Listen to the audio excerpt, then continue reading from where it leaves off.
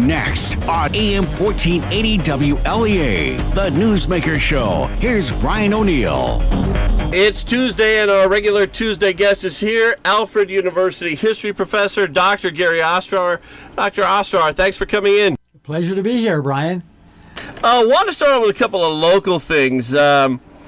Number one, Empire Report New York.com. It looks like the Drudge Report. The font and the layout and everything of the page looks just like Matt Drudge's page. And anyways, the guy that runs it, he's a hedge fund guy out of New York City named J.P. Miller. And he has a story, and this is appealing largely to New York City residents. Tiny towns in upstate you might never have heard of. So they list them all off, and there's about 50 of them, and included in the list, down on the list, is West Elm, West Union, and Birdsall. I never heard of them. As the former Alfred mayor, I'm sure you have. We're coming up on the 46th anniversary later this week of Hurricane Agnes. What do you remember about the flood of 1972? Well, I remember, among other things, that WLEA was on the news, was broadcasting for 24 hours during a period when, in fact, you were supposed to be only broadcasting during the daylight hours. Right. Kevin would, in those situations, would keep the power up. I mean, it was a real public service.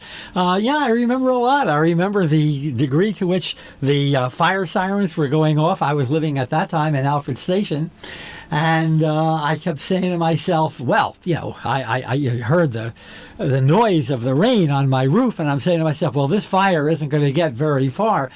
The fire sirens weren't going off because of a fire. They were going off because they were warning us about flood conditions in Alfred Station. When I finally looked outside, I could hardly believe my eyes. Route 244 was covered with about 18 inches of water, up to about thigh level. There were parts of telephone poles that were just floating down the river, and what had become a river, Kanakadea Creek, had become a river, and it washed away some of the road in Alfred Station and so forth, and not just in Alfred Station, obviously in this entire area. In fact, I had traveled down that very, very morning. We were still able to get out, able to travel down to Wilkes-Barre, Pennsylvania, in which apartments were covered not by 4 or 5 feet of water, but about 10 or 12 feet of water. In other words, second-story damage. It was a very, very calamitous situation. We're talking with Alfred University history professor Dr. Gary Ostrower. Now getting to Washington, where do you want to start? The ice? There was a comment that was made by, I think it was Dicker yesterday. Okay, let's start with that. I played this for State Senator Kathy Young when she was on yesterday. Let's get your reaction to it, Dr. Ostrower. Think about the fury against Donald Trump. And you think about how Trump, and this is my view, is delivering on what has long been the Republican claim that if you cut taxes and cut regulations, you could stimulate the economy and bring wealth to masses of people who never before had it. If he succeeds, that could lead to the crumbling of this whole progressive left democratic surge that's occurring right now. So that's an extra reason to keep in mind, it seems to me, why there's so much hostility to Trump. My reaction to that is that this man is filled with hot air. It's garbage. It's hogwash. John Kennedy had proved, and again, I'm going to use my position here as an historian to kind of lead into a larger comment. Kennedy had proven way back in 1962 that if you reduce taxes, you're likely to stimulate the economy. There was a recession back in 1962. Taxes back during that period extended up to 90% of an individual's income. This is in the upper tax brackets. Kennedy reduced those at that point down to 70%, and then eventually they would fall to about 34 or 35%.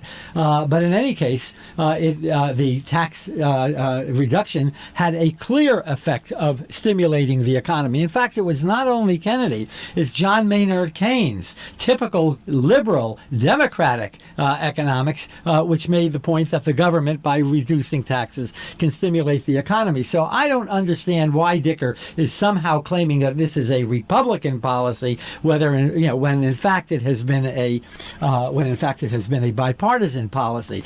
But I think that there's a larger point here, and what he's really saying is, well, this is why the Democrats hate Trump. No, that's not why the Democrats hate Trump. First of all, not all of them hate Trump. Some of them do, some of them do not. But there's a lot of anti-Trump sentiment, not only among Democrats, but among many, many very, very outstanding Republicans, like Michael Gerson, like Charles Krauthammer, and like many other Republicans, Brett Stevens, for instance, who call themselves these days, the No Trump Republicans. What Trump is doing as president is in some ways challenging small d democratic values that have extended all the way back to the beginning of our republic. Our republic was not based on keeping people out. It was based on bringing people in, open doors. And that meant in immigration, whether it was immigration from England, from Ireland, from Canada, from Russia, from Greece, or from Mexico for that matter, and eventually from the Far East. And I think that Trump's immigration policies have been a violation of the spirit of all of what historically has been an American policy. But above and beyond that, what Trump is doing is destroying the Western alliance. Nowhere did you see this more clearly than a couple of weeks ago when he walked out of the G7 meeting in Canada.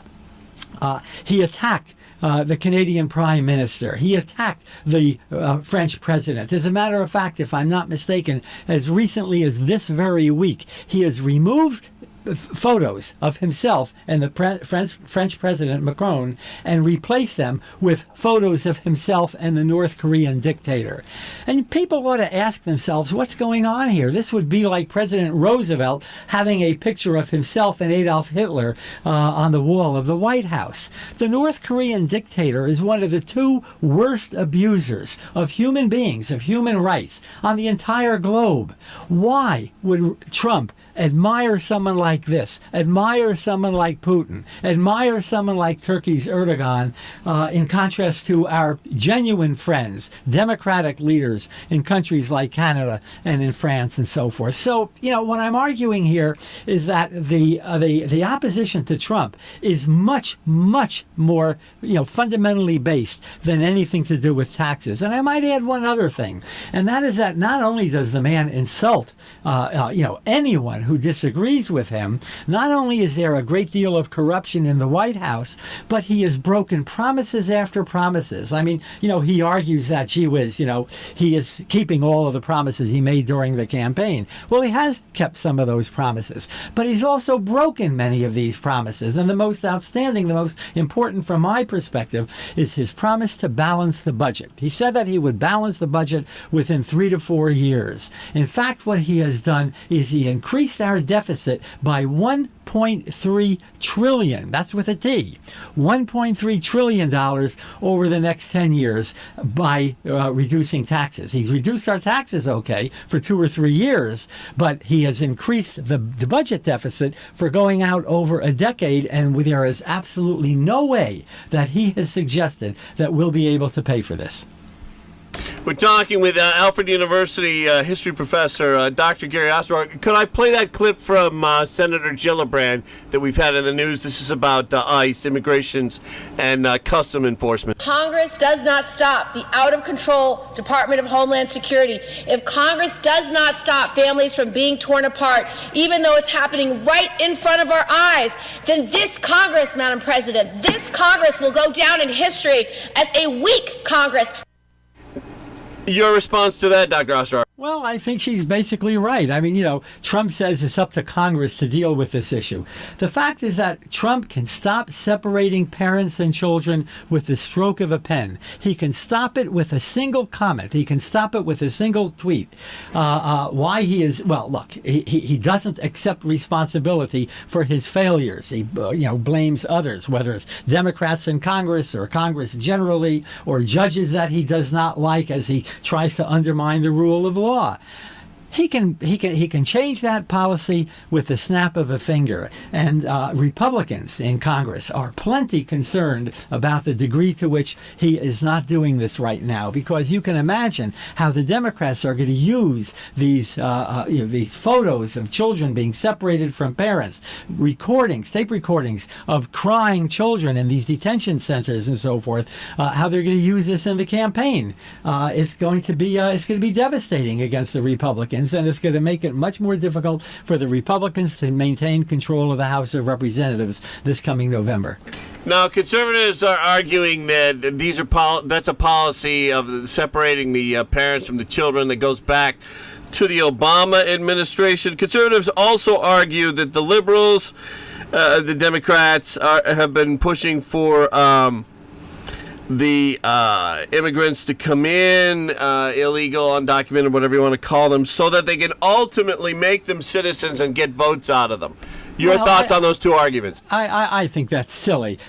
We've had an immigration policy that extends far before Obama, into the Bush administration, into the Clinton administration, even into the Reagan administration, where Reagan had granted amnesty to many immigrants.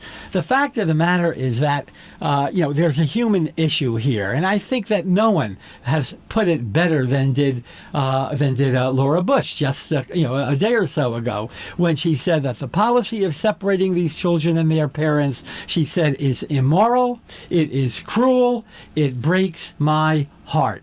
Look, I don't think that one has to somehow, dance around the politics of this whole thing. That they should simply change the policy. And I might add, by the way, that under Obama, many, I'm talking about thousands upon thousands of immigrants were deported. Okay, you don't hear that from the Trump administration, and as a matter of fact, there are more immigrants coming in under the Trump administration than he would ever want to admit. The man is going to deflect responsibility where he can. In this case, he's arguing that it's up to Congress to do something. No one, at least certainly not around here, I think, is going to argue for breaking the law. But by the same token, the law allows for people who are seeking asylum to, arrive and then to have their cases heard. And what Trump is doing, what the president is doing, is trying to essentially, kind of close off that avenue for asylum and therefore deport all of these folks, whether they be adults or whether they be children, back to the countries of origin, where in many cases they face conditions that no one in the United States of America would ever want to face himself or herself. We're talking with Dr. Gary Ostrower. We're going to take a quick break, check the forecast. We'll be back. Stay with us. At Maple City Dodge, get into a lease for less than $300 a month during the Jeep Celebration event. Well-qualified lessees can lease a 2018 Jeep Compass Latitude 4x4 for $259 a month, or a 2019 Jeep Cherokee Latitude Plus 4x4 for $291 a month. These leases offer 10,000 miles a year for 36 months, $2,700 down. First payment due at signing. Need a truck? Get a 2018 Ram 1500 Express Quad Cab 4x4. The same offer, only $355 a month. Maple City Dodge and Cornell for the real lease deal every time. Checking in now with meteorologist Rob Carroll. Rob, the sun is shining where I am. Is it shining where you are? Yes, it is shining where I am. Right now, we've got clearing brine starting to work its way down from the north, and it has cleared out a good chunk of western and west central New York. And elsewhere across the state, we're going to see clearing. We've also got clearing taking place across the upstate and across New England. It's all associated with high pressure moving out of Canada. And as that system continues to head our way, it'll have a tendency to clear us all out and drop the humidity. It's going to turn into a partly to mostly sunny day today, Brian. Temperatures will be about 75 to 80. Sun came up this morning at 5:33. It'll set tonight at 8:50. Tonight, we're clear to partly cloudy. Very pleasant night coming up. Lows will drop down to about 50 to 55. Tomorrow, mixture of clouds and some sunshine. There could be a stray shower. A little wave of low pressure passing off to our south tomorrow, 75 to 80. We're clear to partly cloudy, 50 to 55 through tomorrow night. Nice day Thursday, lots of sun, a little cooler, 70 to 75. Sunshine and warmer by Friday, Brian. And we're on with Alfred University history professor Dr. Gary Ostrower. I'm on MarketWatch.com. The headline: Dow futures slump more than 350 points as fears of a U.S.-China trade war ratchet up. What's going on there, Gary? Well, President Trump has said that trade wars are easy to win. He's wrong. They are not easy to win. I've made a point on this program, on the Newsmaker program in the past, that in 1930, when the United States sharply increased tariffs against goods coming in from other countries, it converted a garden variety recession into the greatest economic depression, into the greatest economic catastrophe the world, not just the U.S., but the world has ever faced. By interrupting international trade, all bets are off. Back in the 1930s, trade by 1935 and 1936 had fallen by 60% from what it had been in 1929. And we face a similar threat today. I'm not saying this is going to happen. One hopes that, cooler heads are going to prevail. But for Trump to, threaten trade, sharply higher tariffs on goods coming in from China is, I think, unless you have, thought through the circumstances, the consequences, I think is a rather foolish thing to do. And it's not simply a matter of goods coming in from China. He has threatened sharply increased tariffs against goods coming in from Canada, from France, from Germany, of course. In other words, he's looking at, we're looking at the possibility of a real international trade war. And no one wins trade wars. Whatever else you can say about these things, well, presumably you hope you're going to win when you begin. Historically, no one wins these things. And so, the stock market is looking at a disaster. And I might add one other thing. When he ran for president, he promised, among his many, many promises, that he's going to create jobs. Well, where are those jobs? In the steel industry, in the coal industry. But I want to, offer a couple of statistics that might put some of this into perspective. In 2005, there were 80,000 jobs in the coal industry in the United States. Today, in 2018, there are 53,000. That number has increased from 51,000, but it's never, ever going to go back to 80,000. While China is putting money into, investment into, many different areas of energy, wind energy, solar energy, electric cars.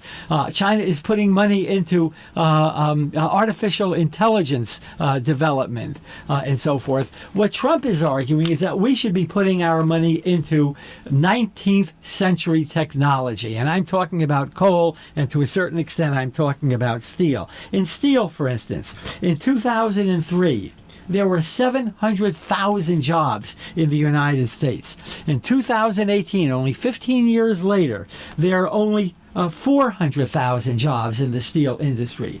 These industries are not going to come back the way in which Trump promises that they will.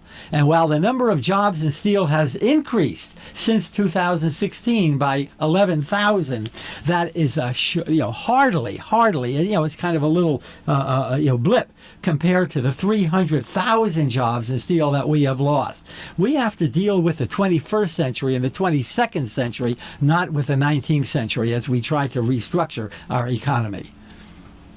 Now, talking about history here, I went to history.com, and not to get far off the topic, but notice that it was this day in history, 1953, Julius and Ethel Rosenberg were executed. Also on this day in history, in 1856, the first Republican National Convention comes to a close. And in 1864, on this date, the CSS, it says CSS, is that USS or CSS? Alabama sinks off the coast of France. Any thoughts on any of those three historical events? Well, sure. Let me make a comment, if I may, about the 1856 Republican Convention. That convention nominated a fellow by the name of John Fremont for president, who ran against James Buchanan, who was a senator at that time from Pennsylvania, who ran as a Democratic candidate. The Republicans during that period were anti-slave. The Republicans during that period were much more pro, if you will, kind of civil rights than they are today. The Republican Party, in some ways, and the Democratic Party have kind of switched positions. The Democrats back in that period were, for the most part, pro-slave, whether you're talking about Democrats in the North or Democrats in the South.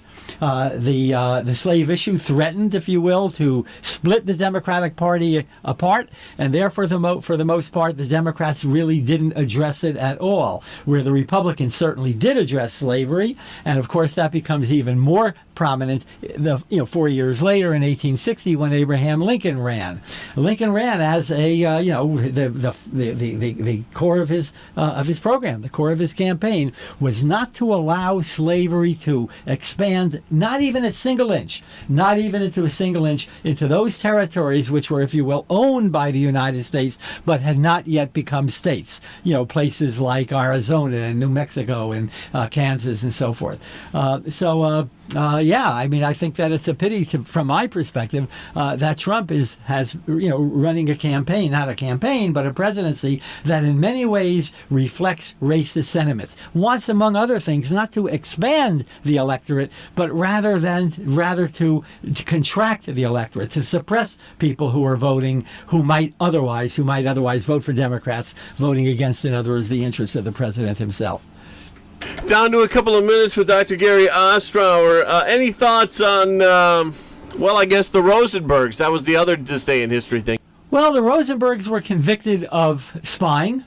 And I don't think there's any question that Julius Rosenberg, the husband, was in fact a spy. Whether or not the information that he provided from Los Alamos, which was one of the American atomic bomb development centers back during the late war period, late World War II period, had much of an effect on the Russian bomb development, remains a big question mark to this day. Historians simply cannot really answer that. His wife, however, had virtually nothing to do with this. And his wife was used by the American government, by the prosecutors, as a way of getting him to confess what he had done. In other words, if to the extent that there was a potential death penalty here, and of course they were executed, the expectation was that they could use the threat of killing her, of executing her, as a way to force him to admit what he knew. Well, he never confessed, and as a matter of fact, she, along with him, was executed in 1953. But it became a worldwide issue. Even the Pope had appealed for clemency. Even the Pope had appealed for, not executing them. And of course, along with people in many, many, many other countries as well. But it was during the Cold War. There was a lot of anti-communist sentiment during that period. And I think it would have been very difficult for President Eisenhower, who had only recently become the president, to have granted that clemency. And consequently, the two of them were executed. Now, Senator Joe McCarthy always gets grouped in with that whole period. Did he have anything to do with that prosecution? He had nothing to do with the prosecution per se. What McCarthy was responsible for was creating a kind of sentiment that did not allow for expression of dissent, so that if someone did dissent, they would be accused of being a communist, whether they were a socialist or whether they were a liberal, or for that matter, just a rather moderate Republican like President Eisenhower himself. McCarthy had claimed during the campaign that some of Eisenhower's key associates, including General Marshall, were dupes of the communists. And my God, the fact that Eisenhower did not put a stop to that immediately, I think, is not to his credit. We've been talking with Alfred University history professor Dr. Gary Ostrower. We're out of time. Dr. Ostrower, as always, thanks for coming in. Thank you for having me here.